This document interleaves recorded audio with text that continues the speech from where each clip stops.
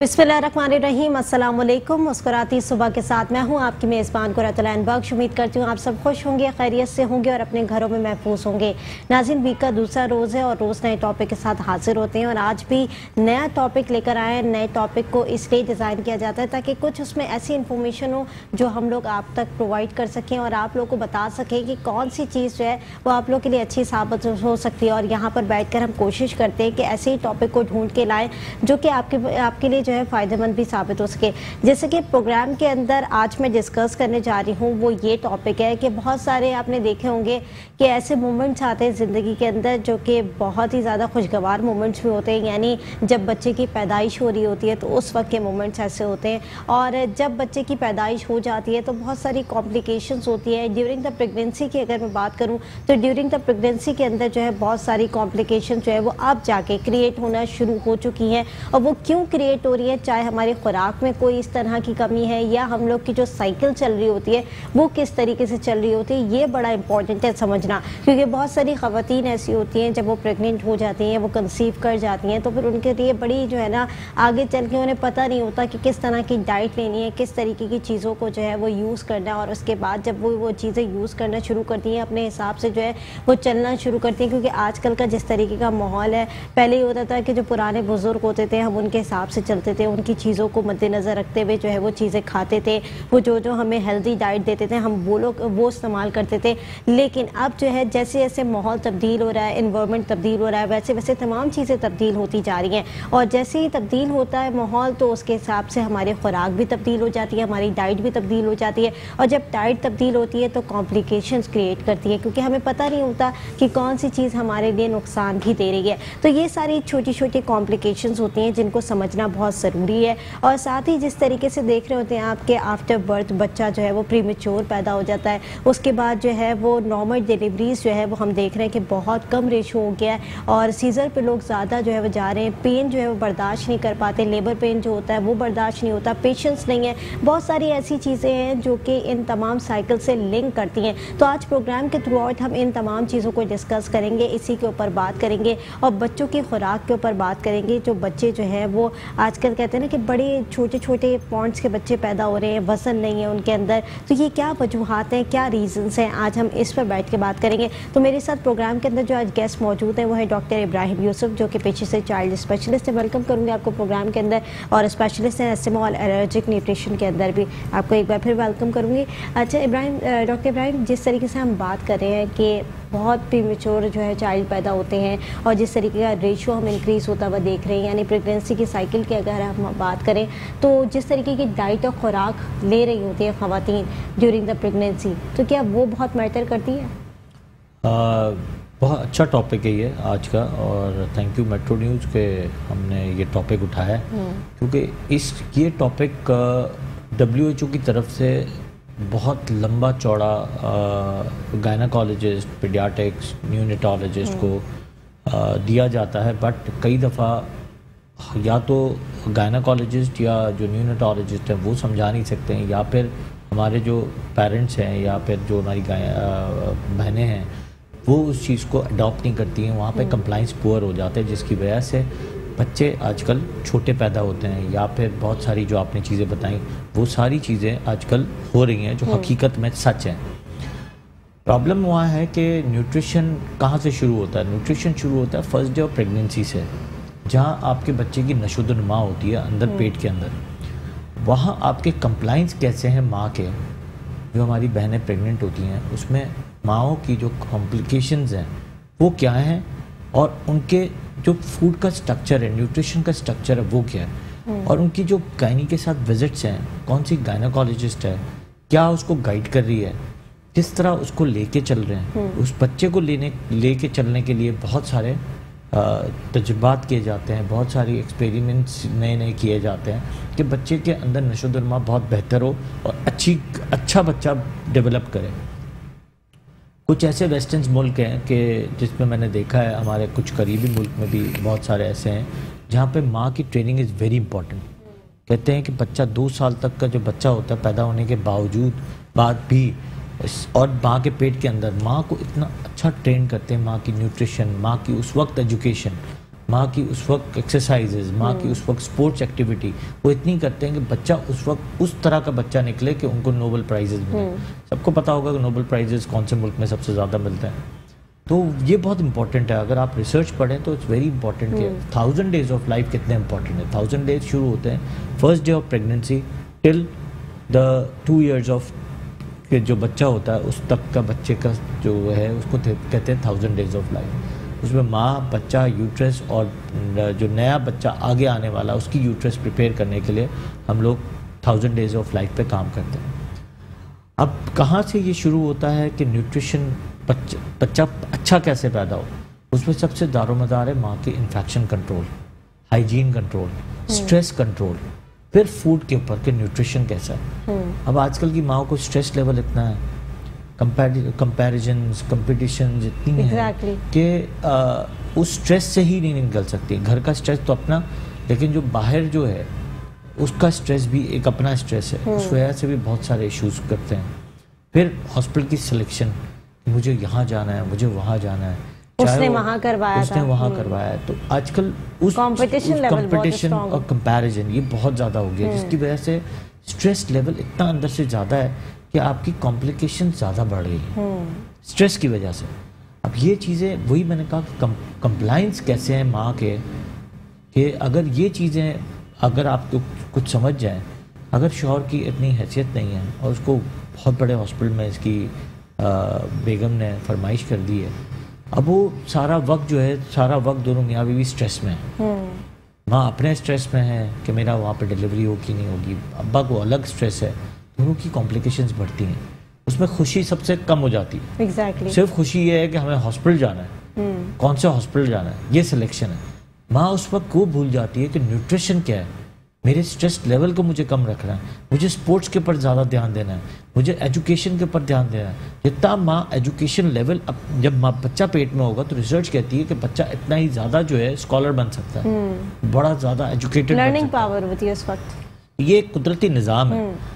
इसमें माएँ जो हैं वो कुछ स्ट्रेस को कम कर दें, कंपैरिजन और कंपटीशन को कम कर दें, तो बहुत सारी चीज़ें ऑटोमेटिकली ठीक करें। जो बेस है उसको आप पक्का करें। जिस तरह मैंने आपको बताया दूसरे हमारे मुल्क ममालिक में ऐसे काम होते हैं जहाँ पे बच्चे नोबेल प्राइज़ लेके पैदा होते हैं, उनमें कोई अलग से खासियत नहीं, अल्लाह ताला ने उनको भी सेम बनाया जैसे हमें बनाया, बट उनकी परवरिश पीछे से इतना बैकग्राउंड, इतनी वॉल को मजबूत किया कि हमारा उनका बच्चा जो है वो नोबेल प्राइज़ तक पहुंचता है। बिल्कुल ऐसा ही है। और जिस तरीके की आप बात कर रहे हैं, बिल्कुल आजकल की सोसाइटी के अंदर हम यही सब कुछ देख रहे हैं। जो यंग लड़कियां हैं जो कि प्रेगनेंसी की तरफ आ रही होती हैं या उनका साइकिल चल रहा होता है, वो लोग यही तब सब चीज़ें सोच रही होती हैं कि कहाँ जो है वो डिलीवरी होगी, कहाँ हमने जाना है, और स्ट्रेस लेवल बिल्कुल बहुत ज़्यादा इंक्रीज़ हो जाता है, जिसकी वजह से कॉम्प्लिकेशन क्रिएट होती हैं। नाज़रीन, एक छोटी सी ब्रेक की तरफ जाऊँगी, ब्रेक से वापस आऊँगी, इसके बाद इसी की टॉपिक को जो है वो जारी रखेंगे। देखते रहिए मुस्कुराती सुबह।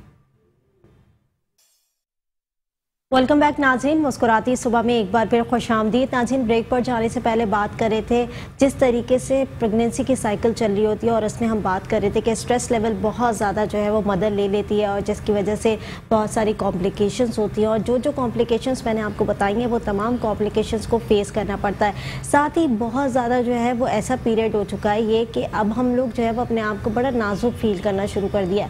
पहले के मुकाबले में अगर हम औरतों को देखें वो बड़ी स्ट्रॉन्ग होती थी और उनको पता ही नहीं चलता था कि भाई वो प्रेग्नेंट हो गई हैं, और उसके बाद जो है वो दिन के सारे काम कर रही हैं, सुबह से लेकर शाम तक जो है वो गधे घोड़ों की तरह काम हो रहा होता है, लेकिन उनको फील ही नहीं हो रहा होता कि वो बीमार हो रही हैं या उनको जो है वो कोई रेस्ट की ज़रूरत है, या उनको ये काम करना चाहिए या नहीं करना चाहिए, उनको वेट उठाना चाहिए या नहीं उठाना चाहिए। तो पहले जो बुज़ुर्ग होते थे वो ये तमाम चीज़ें बड़ी जो है ना पॉइंट आउट करते थे, वो बड़ा जो है कहते थे कि कोई बात नहीं, क्या जो है ना काम करते रहना चाहिए और उठना चाहिए, बैठना चाहिए, ऐसे नहीं है कि बिस्तर पे लग जाओ। तो ये वाला जो है ना बड़ा क्राइटेरिया होता था। लेकिन अब जैसे जैसे वक्त तब्दील हो रहा है, जैसे जैसे जो है कहते हैं ना कि हालात चेंज हो रहे हैं, वैसे वैसे तमाम सिचुएशन चेंज हो रही है, वैसे वैसे तमाम जो है ना कहते हैं तौर तरीके चेंज हो रहे हैं। अब बुज़ुर्गों की बातों को अपनाया नहीं जाता, जो वो लोग खुराक कहते थे, जो वो लोग चीज़ें खाने को कहते थे, वो चीज़ें अब खाई नहीं जाती हैं। अब आर्टिफिशियल चीज़ों का इस्तेमाल बहुत ज़्यादा हो गया है, जिसकी वजह से तमाम चीज़ें जो है प्रॉब्लम का बाइस बनती हैं। तो डॉक्टर इब्राहिम यूसुफ, जैसे कि हम बात करें खुराक की, और जिस तरीके से मैंने आपसे पहले भी कहा कि कि हम पहले ज़माने की अगर बात करें तो बुज़ुर्ग हमें जो बना के देते थे, जो है ड्राई फ्रूट्स की पंजीरी हो गई, बहुत सारी ऐसी चीज़ें जो मैं सुनती भी आ रही हूँ, जो मैं अपने कहते हैं ना मदर के वक्तों से देखती भी आ रही हूँ कि ये चीज़ें बड़ी स्ट्रॉन्ग होती थी, कि जो पुराने देसी घी का इस्तेमाल, ये ऐसी चीज़ें होती थी जिससे बड़ा जो है ना इंटरनली इंसान बड़ा स्ट्रॉन्ग फील करता था। लेकिन अब मैं देख रही हूँ कि आर्टिफिशियल चीज़ों पर बड़ा रुझान हो गया है। तो क्या ये भी वजूहात हैं? बहुत सारी वजूहत हैं। पहले तो आप स्टार्ट करें जब बच्चियां जवान हो रही होती हैं, जो हमारी बहनें उस एडोलेसेंस एज पे पहुंचती हैं जहाँ पे उनको अपने अंदर के टेक केयर करना होता है, उस वक्त वो शुरू करती हैं डाइट, वो शुरू करती हैं जंक फूड। कुछ डाइट के चक्कर में, दुबला होने के चक्कर में अपने न्यूट्रिशन लेवल को इतना नीचे ले जाती हैं, और कुछ को किसी को चीज़ की फिक्र नहीं होती, वो बेस्टी की तरफ चली जाती हैं। तो अपने अंदर की बॉडी का ध्यान रखना is very important. Human frame को बहुत पावरफुल तरीके से चलाना होता है। उसको चलाने के लिए दिमाग का इस्तेमाल बहुत ज़रूरी है कि आपको चलाना कैसे है। अब कुछ बच्चियाँ, आज हमारी बहनें जो हैं, सबसे इम्पॉर्टेंट ये नाश्ता नहीं करती। आगे का सोचें, अगर आप सब कुछ रिलेट करें प्रेगनेंसी से, तो आज की बच्चियां जो हैं नाश्ता नहीं करती, स्कूल चली जाती हैं, पानी का इस्तेमाल सबसे कम करती हैं, दोपहर को आके जंक फूड खा लेंगी या नूडल्स खा लेंगी, माँ इजी टू मेक कोई पिज़्ज़ा दे देंगी या कोई ऐसी चीज़ दे देंगी जिसमें खाना बनाने की ज़रूरत ना हो। माएँ तवज्जो भी नहीं देती अपनी बढ़ने वाली बच्चियों को। आपने जिस तरह कहा कि आपके पुराने ज़मानों में, जैसे आपके ज़माने में तो नहीं, लेकिन आपसे पुराने वाले ज़माने में जो माएँ ये जो पंजीरी इस्तेमाल करते थे, आज तो ये पंजीरी तो नई नस्ल की लड़कियां तो देखती भी नहीं है, समझती भी नहीं, उनको पता भी नहीं है कि होती क्या है। उनको पता ही नहीं है कि ये ड्राई फ्रूट का क्या इस्तेमाल है, क्या इससे फ़वाइद हैं। वो तो बस कहती हैं कि बस हमें हर वक्त पिज़्ज़ा दे दो, जंक दे दो, नूडल्स दे दो। अब आजकल आपको पता है नूडल्स की लाइन से शेल्फ में चीज़ें रखी, कैटेगरीज आ गई हैं, वो ज़्यादा खा रहे होते हैं। तो आप ये सोचिए, उससे आपके बॉडी के अंदर नुकसानात कहते हैं, उसके अंदर प्रिजर्वेटिव्स होते हैं, उसके अंदर विनेगर टाटरी होती है, ये आपके अंदर एंडोमेट्रोसिस को बर्बाद करती है।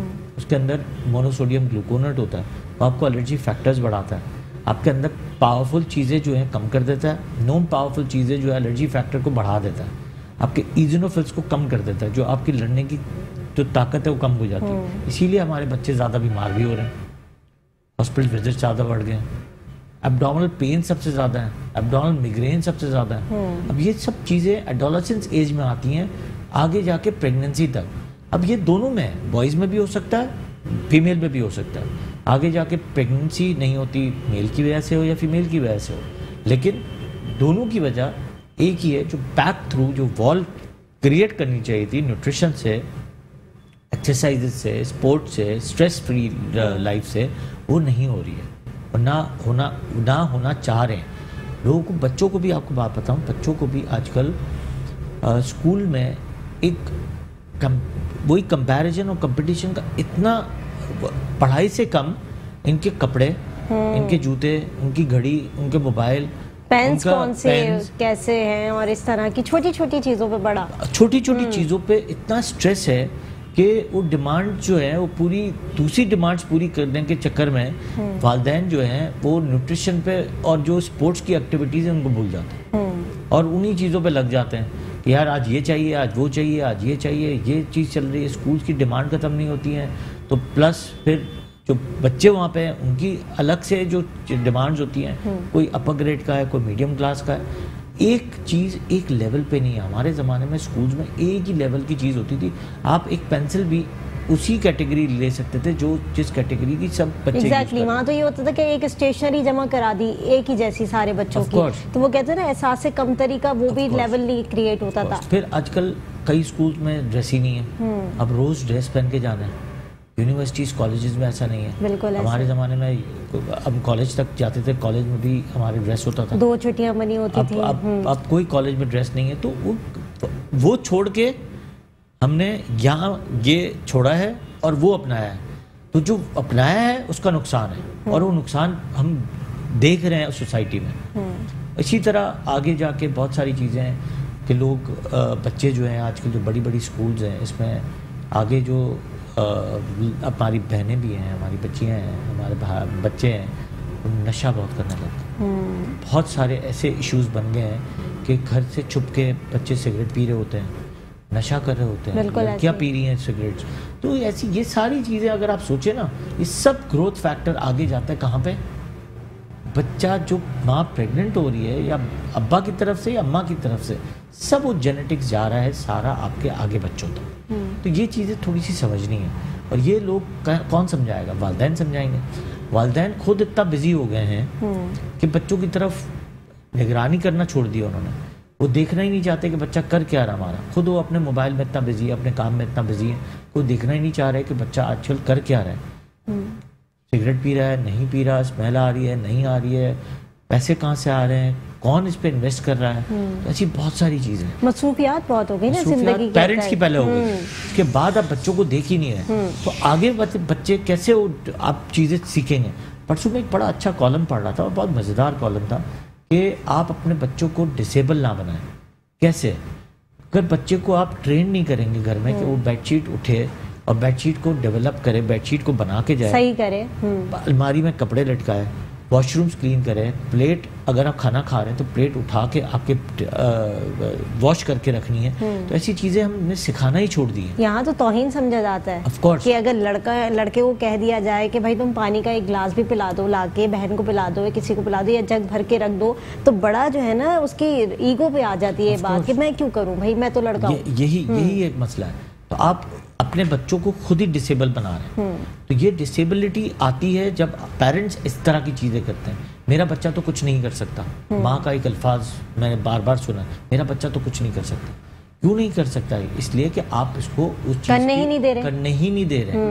अगर आप इसको कहें कि खाना उठते हुए खाने की प्लेट को धोना है, अगर आपकी बच्चियां खाना खाया टेबल को क्लीन करना है, फिर हर चीज ठिकाने रख के, चाहे वो भले आप अमीर हो चाहे वो मीडियम, लेकिन डिसिप्लिन आना चाहिए। डिसिप्लिन, ये आप डिसिप्लिन जब तक आप सिखाएंगे नहीं, कभी आपके घर में नहीं सीख सकते, और आगे बच्चे इसी तरह नहीं सीख रहे हैं। और आजकल तो मैं देख रही हूँ कि ये भी बड़ा ट्रेंड है कि रात को बच्चे 3-3, 4-4 बजे तक आ रहे हैं, माएँ छुपके से दरवाज़ा खोल देती हैं, आके वो आके सो गए, उसके बाद सुबह अगर जो है ना फादर डांट भी रहे हैं या कुछ भी कर रहे हैं, डांटो नहीं मेरे बेटे को, सपोर्ट करती हैं। ये बड़ा जो है ना, हालांकि ये आगे जाके बड़ा नुकसान का बाइस बनती हैं चीज़ें। और जिस तरीके की साइकिल चल रही होती है कि 2-2 बजे तक सो के उठ रहे हैं, 3-3 बजे तक सो के उठ रहे हैं, फिर रात को फिर वही रूटीन चल रही है, तो ये स्पॉइल करती है चीज़ें सारी। ये स्पॉइल करती है, और इस पे यही चीज़ होती है कि आगे जाके आपको पता ही नहीं है कि आपका बच्चा करने क्या वाला है या कर क्या रहा है। पढ़ाई की तरफ से तवज्जो हट गई है, उसकी डिमांड्स की तरफ ही तवज्जो है,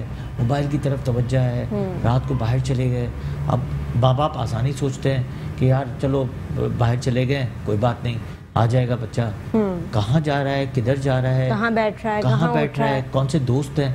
अब ये जब तक माँ और अब्बा दोनों की कम्युनिकेशन अच्छी नहीं होती, जब तक आप कभी भी बच्चे को अच्छी एजुकेशन, अच्छी लाइफस्टाइल नहीं दे सकते। आप उसकी लाइफस्टाइल ख़राब कर रहे हैं। कई दफ़ा हमने देखा है, कई दफ़ा बच्चे जो हैं बहुत सारे ऐसे नशे में लग जाते हैं, बहुत सारी ऐसी इश्यूज़ में लग जाते हैं जिससे पता ही नहीं चलता क्या हो रहा है, और आगे जाके पता चलता है आपका बच्चा तो डिसेबल हो गया, बच्चे की अब ट्रीटमेंट्स करानी पड़ेंगी, अब आप बिल्कुल दूसरे राह पे चल गए। और आपको बात बताऊँ पता चला कि ये चीज़ बहुत कॉमन हो गई है। अगर आप देखें तो कि ये आजकल के रोज़मर्रा अखबार में भी आ रहा होता है कि ये इन चीज़ों को कोई पकड़ भी नहीं सकता और कोई सर्किट भी नहीं है। इसमें कई दफ़ा तो मैंने बहुत इंटरनली बातें सुनी है कि जो स्कूल के मालकान होते हैं वो खुद शामिल होते हैं ये नशेवार दवाएं बेचने के चक्कर में या टैबलेट्स बेचने के चक्कर में, उसमें मालकान शामिल होते हैं। अच्छा। क्योंकि स्कूल्स के अंदर बिक्री होती है, आपके बच्चे पता ही नहीं चलता बच्चे के अंदर हो क्या रहा है। चेंजेस सडनली अगर आप देखें, अगर आप बच्चे के साथ बैठेंगे, बातें करेंगे, उसके साथ टाइम स्पेंड करेंगे, उसकी बिहेवियर चेंजेस देखेंगे, आप फौरन उसको पहचान लेंगे कि बच्चे के अंदर, मेरे बच्चे के अंदर बिहेवियर चेंज हो रहा है। ये सब डेवलपमेंट का हिस्सा है। हम डेवलपमेंट ये नहीं सिर्फ हम बच्चा 2 साल का बच्चा हो गया, डेवलपमेंट ग्रोथ अच्छी हो गई है, आगे हमें देखना ही नहीं है, हमें तो एडोलेसेंस एज तक देखना है। मैं तो कह रहा हूँ कि शादीशुदा मर्द और औरत को भी माँ बाप देखते रहे कि बच्चा कर क्या रहे हैं, दोनों क्या किस ट्रैक में है, कौन से, अगर कपल ग्रुप में जा रहे हैं तो कौन से ग्रुप्स में जा रहे हैं, क्या कर रहे हैं। जिस तरह आजकल के हालात चल रहे हैं, माहौल चल रहा है, वो बहुत ख़राब चल रहा है। ऐसी बहुत सारी सिचुएशंस हैं और माहौल बड़ा असरअंदाज करता है आपके ऊपर। जिस तरह का इन्वायरमेंट होता है वो बड़ा असरअंदाज कर रहा होता है, क्योंकि जिस तरीके की हम बच्चों की परवरिश की बात कर रहे होते हैं तो तरबियत तो घर से हो रही होती है, लेकिन वो बाहर कहाँ निकल रहा है और किस माहौल में बैठ रहा है। और जिस तरीके से आपने कहा कि नशे का आदी बन जाता है, तो ये बड़ा कॉमनली हम देख रहे हैं कि यंग नस्ल जो हमारी नौजवान यूथ है वो बड़ी जो है इसमें इन्वॉल्व होती हुई जा रही है, और पेरेंट्स को पता ही नहीं होता और आपस में एक दूसरे को ब्लेमिंग करते हैं कि तुम घर पर थी, तुमने नहीं देखा, तुमने ध्यान नहीं दिया, मैं तो सारा दिन बिजी होता था, मैं तो यहाँ होता था। फिर मदर कहती है कि मैं घर में बिजी होती थी।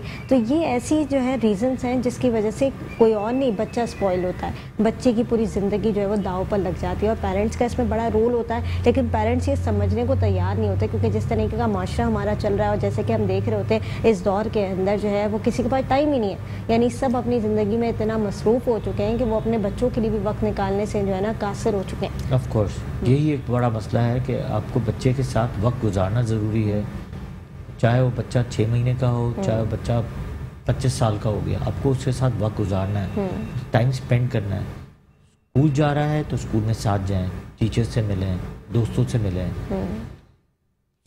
कॉलेज में बड़ी क्लासेस में जा रहा है, दोस्तों से ज़रूर मिलें कि कौन से दोस्त से मिल रहा है, दोस्तों के पेरेंट्स से मिलें कि आपके एटमॉस्फेयर पता चले कि उनके घर में एटमॉस्फेयर क्या चल रहा है। फिर कॉलेज लाइफ में जा रहा है और थोड़ा सा और करीब हो जाए, और करीब होकर और देखें कि कौन से दोस्तों से मिल रहा है, क्या कर रहा है, क्या इसकी एक्टिविटीज़ हैं।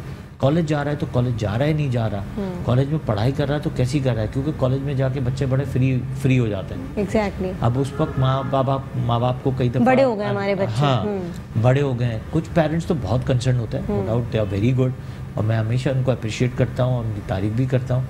जैसे मेरे पेरेंट्स थे, आज तक हमारे पेरेंट्स जो हैं वो हमें निगरानी में रखते हैं। स्टिल हम उस एज से निकल भी गए, अच्छा, अभी स्टिल अच्छा भी रहता है। हमें पूछते हैं फ़ोन करके कि कहाँ जा रहे हो, किधर हो, कहाँ कब आओगे। तो दैट्स लुक नाइस।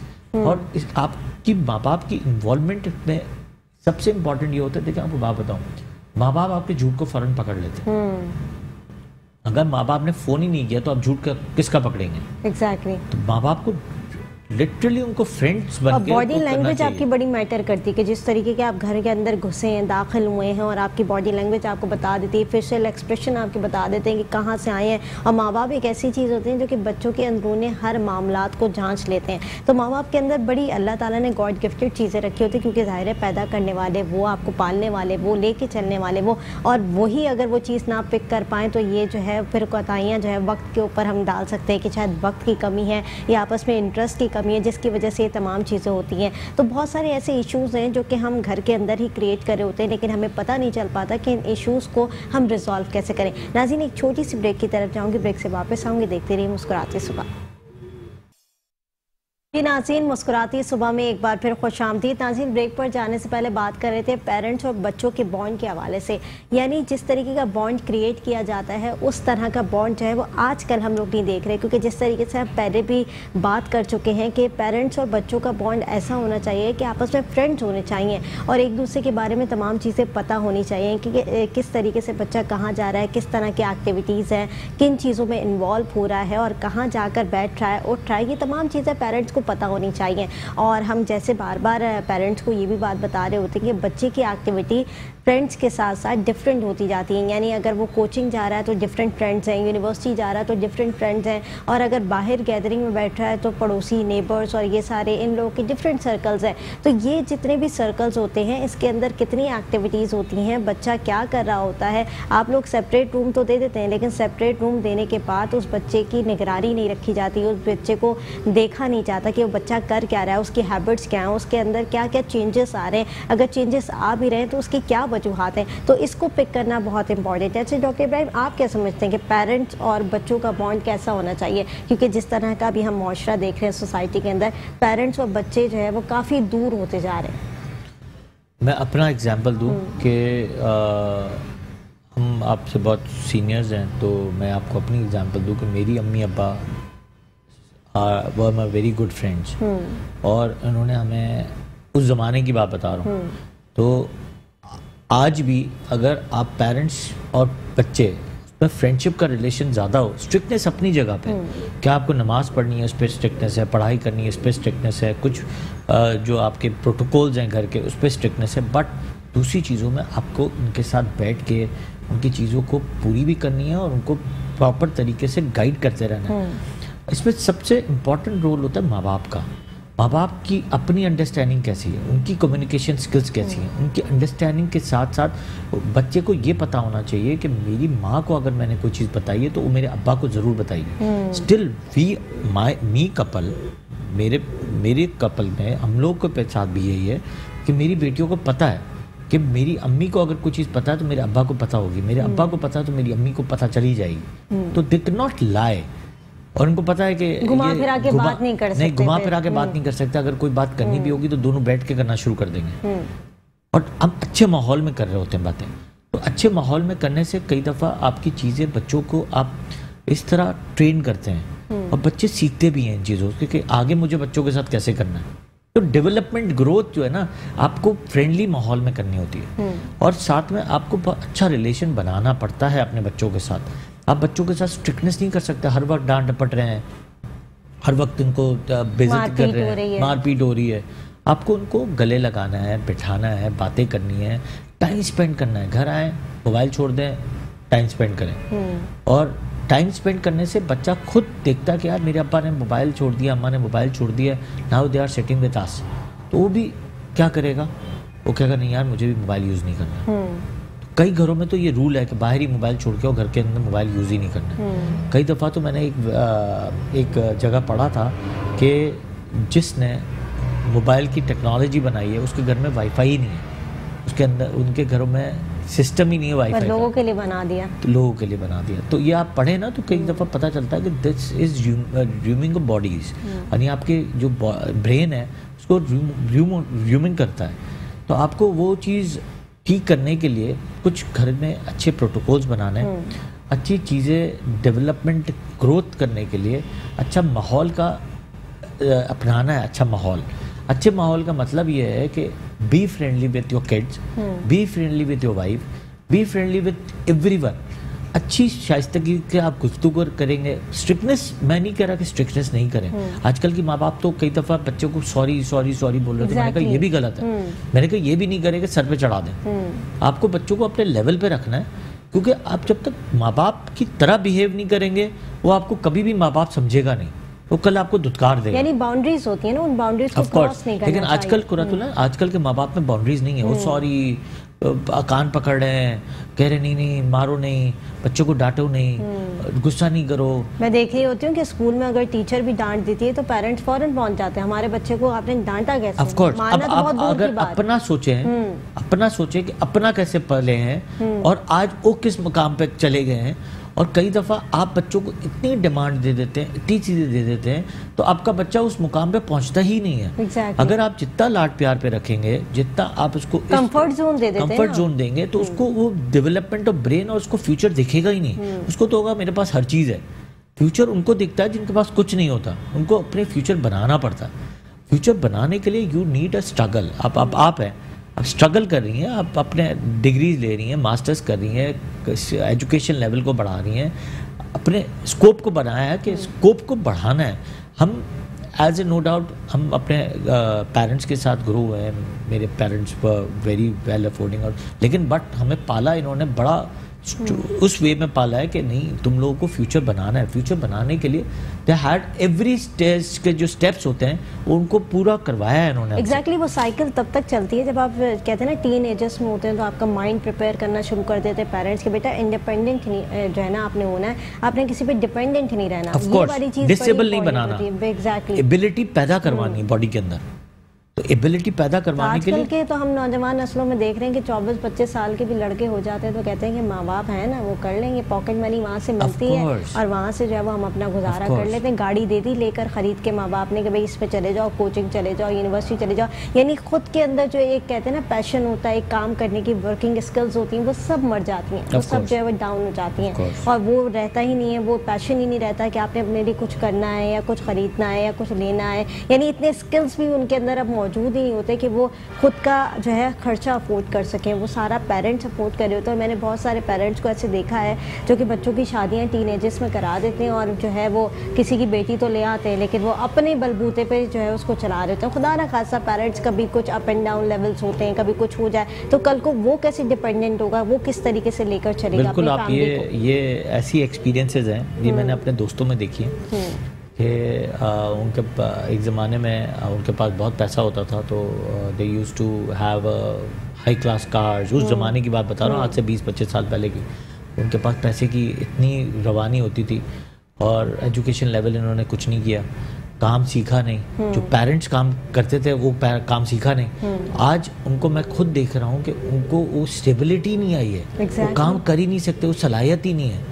कई दफ़ा आपको सलाहियत पैदा करवाने के लिए, आपको उनको बहुत मजबूत करने के लिए आपको बहुत भारीपन वो बड़े सेंसिटिव भी हो जाते हैं। हाँ। सोसाइटी के हिसाब से मोल्ड होने वाले ही नहीं होते। वो कहते हैं ना धूप भी ना लगे, ऐसे बच्चे हो जाते हैं। वो आगे जाके अगर पेरेंट्स को, जैसे आपने कहा, पेरेंट्स को कुछ हो जाता है या कुछ, तो वो मैंने देखा है, मेरी आंखों से मेरे दोस्तों को देखा हुआ है कि उनके पास अब कुछ भी नहीं है और जिनके पास कुछ नहीं था वो आज बहुत कुछ है, और जिनके पास बहुत कुछ था उनके पास कुछ नहीं है। चले वो साइकिल घूमता है लेकिन स्टिल उनके पास ना स्किल्स है, ना पैसा है, ना मनी है, ना एजुकेशन।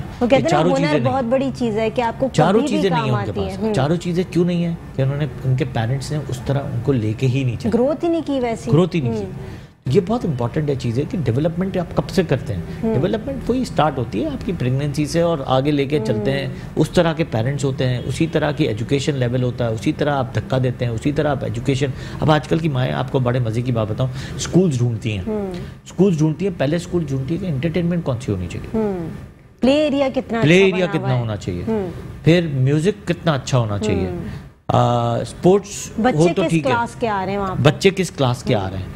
हमारे बच्चे अच्छा, आपको और अच्छी बात बताऊं कि बच्चे अगर छोटे इलाकों से, मीडियम क्लास इलाकों से आएंगे ना, उनका एजुकेशन लेवल ज़्यादा अच्छा होगा, माइंड अच्छा होगा। जिनके हाई क्लास स्कूल में जाते हैं उनके लेवल्स बहुत कम होते हैं। वो क्या करते हैं, ज़्यादा ओ लेवल्स, ए लेवल्स बड़ी मुश्किल से करते हैं। उसके बाद कहीं इधर उधर, इसके बाद कहीं पैसा है तो यूनिवर्सिटी में एडमिशन लिया बाहर मुल्कों में, वहाँ पढ़ाई तो करते नहीं हैं और वो वापस आ जाते हैं और वो आगे ज़िंदगी में ज़्यादातर नाकाम रहते हैं। वो अपने स्किल्स को यूज़ नहीं कर सकते हैं। और कुछ लोगों को मैंने देखा है कि वो छोटे से स्टार्ट करते हैं और कहाँ से कहाँ पहुँच जाते हैं। और ऐसा भी वक्त होता है कि वो यूनिवर्सिटीज़ के लेक्चरार बन के बैठे होते हैं। लेक्चरार मैं कह रहा हूँ, बहुत बड़े बड़े बिजनेसमैन बनते हैं, टाइकून बन जाते हैं, क्योंकि उनके पास दिमाग होता है, उनके पास एजुकेशन लेवल होती है। सबसे बड़ी बात होती है मेहनत होती है, उनके मेहनत होती है, कॉन्सेप्ट इनके पास पूरा दिमाग में एक फ्यूचर लिखा हुआ होता है, प्लानिंग्स होती हैं कि ये मुझे वहाँ तक लेके जाना है। तो ये सारी डेवलपमेंट जो है ना, ये आपकी पेरेंटिंग पे है। आपकी पेरेंटिंग जितनी अच्छी होगी, आपका वॉल जितनी मजबूत होगी, आपका एजुकेशन अच्छी होगी, आपकी स्कूल्स आप डिसाइड जैसी करेंगे, ऐसे ही बच्चा बढ़ेगा। अच्छा, ये सारी बातें ऐसे हैं कि पहले हमें ऐसा लगता है कि बड़ी कॉमन सी बातें हैं और जब हम इसको डिस्कस कर रहे होते हैं तो पता चलता है कि ग्राफ हम कैसे अपना जो है वो डिज़ाइन कर रहे हैं ज़िंदगी का। क्योंकि जिस तरीके के हम चल रहे हैं और जिस तरह से हम सोसाइटी को लेकर चल रहे हैं, सोसाइटी से कंपटीशन कर रहे हैं, या हर कोई जो है वो अपने लेवल का कंपटीशन के ऊपर, कंपैरिजन और कंपटीशन दोनों। एग्जैक्टली, यानी उसके पास ये है, मेरे पास ये नहीं है। एहसास कमतरी इतनी ज़्यादा बढ़ चुकी है माशरे के अंदर कि बच्चे जो है वो खुदकुशियों पे उतर आए कि वो अपने आप को कहते हैं कि अगर हमें ये नहीं दिया गया तो हम अपने आप को खत्म कर देंगे क्योंकि हम कमतर लग रहे हैं उसके पास से। वो इतनी ज़्यादा पुलिंग होती है, लैक पुलिंग होती है। ऑफ कोर्स, ये आपकी वही वाली बात है कि आपकी बेस, आपकी स्कूल्स आप कौन सी करवा रहे हैं। फर्ज करें मैं रह रहा हूँ गुलशन इकबाल में, मुझे एडमिशन कराना है डिफेंस। अब एक तो डिफेंस के सर्कल में आप जा रहे हैं, फिर रूट बहुत लंबा है, बच्चा खुद को टायर्ड हो जाता आते जाते, पढ़ाई लेवल क्या होगा। फिर साथ में जब वहाँ के लोगों से मिलेगा, आपका स्टेटस उनका स्टेटस, अब जहाँ वो मिलेगा अब उस हिसाब से ग्रोथ करेगा, उसकी बातें उसकी हिसाब से होंगी, बिहेवियर चेंज होगा। तो आपको उसको सिखाने के लिए, देखिए आपको बात बताऊँ, आपकी एजुकेशन लेवल वाली स्कूल ढूंढें कि जहाँ एजुकेशन लेवल हो रही हो, जहाँ पे बच्चे फ्यूचर सोचते हो। जो बच्चे जो स्कूल्स में फ्यूचर सोचवाने वाली स्कूल्स होती हैं वो सबसे कामयाब होती है। बिल्कुल ऐसे ही। और जिस तरीके के हम स्कूल्स की आजकल लर्निंग देख रहे हैं तो बस पढ़ा दो और बच्चों को घर भेज दो, वो 8 घंटे का सर्कल पूरा कर दो और उसके बाद बच्चे घर चले जाएं। ये नहीं होता कि बच्चों को थोड़ी सी तरबियत पे फोकस किया जाए, उनकी प्लानिंग्स पे डिस्कशन किया जाए, बच्चों को उठा के पूछा जाए बेटा क्या बनना चाहते हो, इसका स्कोप क्या है, इसका क्या। बच्चों को आजकल हम देख रहे हैं कि जिस तरीके का हमारा जो है सर्कल चल रहा होता था, हमारे ही जो है दौर के अंदर सारी चीज़ें चल रही होती थी, उस तरह से बिल्कुल ट्रैक को डिफरेंट करके बच्चों को लेके जाया जाता है और इस वजह से बच्चे जो है बहुत ज़्यादा जो है वो डिस्टर्ब होते हैं। मेंटली डिप्रेशन हमारा बहुत ज़्यादा बढ़ चुका है। पहले डिप्रेशन का वर्ड सुना ही नहीं जाता था कभी, लेकिन आज हर बच्चे को हम देख रहे हैं कि वो स्ट्रेस और डिप्रेशन का शिकार है। वो क्यों शिकार है ये वजह समझ नहीं आती, क्योंकि एहसास कमतरी बहुत ज़्यादा हमारे माशरे के अंदर हो गई है। और कहते हैं ना जैसे कंपैरिजन, और हमने बात की कंपैरिजन और कंपटीशन का लेवल दोनों बड़ा इंक्रीज़ हो गया, जिसकी वजह से ये तमाम जो है वो इशूज़ क्रिएट होते हैं। बहुत शुक्रिया डॉक्टर इब्राहिम यूसुफ, आपने प्रोग्राम के अंदर वक्त दिया। नाज़रीन, सेगमेंट का वक्त ख़त्म हो गया, एक ब्रेक की तरफ जाऊँगी, ब्रेक के बाद नए सेगमेंट का आगाज़ करूँगी। देखते रहिए मुस्कुराती सुबह।